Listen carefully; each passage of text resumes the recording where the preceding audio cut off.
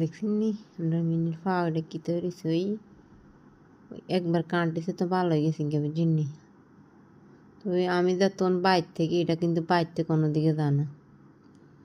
ছোটো বোনটা আছে না, এটারে মানে একটু খানা টানা যেহেতু মানুষ তা হে নিজের কথা নিজে পাবে না।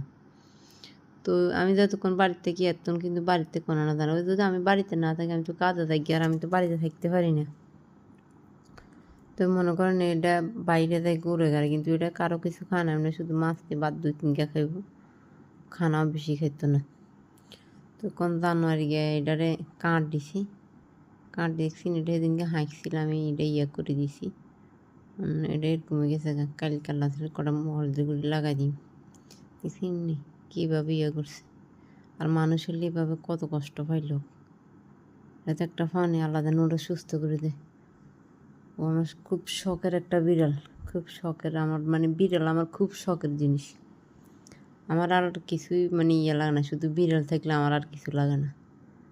তো সবাই দোয়া করবেন আল্লাহ যেন আমার মিনি সুস্থ করে দেয়। কেন মিনি, সবাই দোয়া করবেন আমার মিনির জন্য, যেন ব্যথার খাওয়াটা ভালো হয়ে যায়।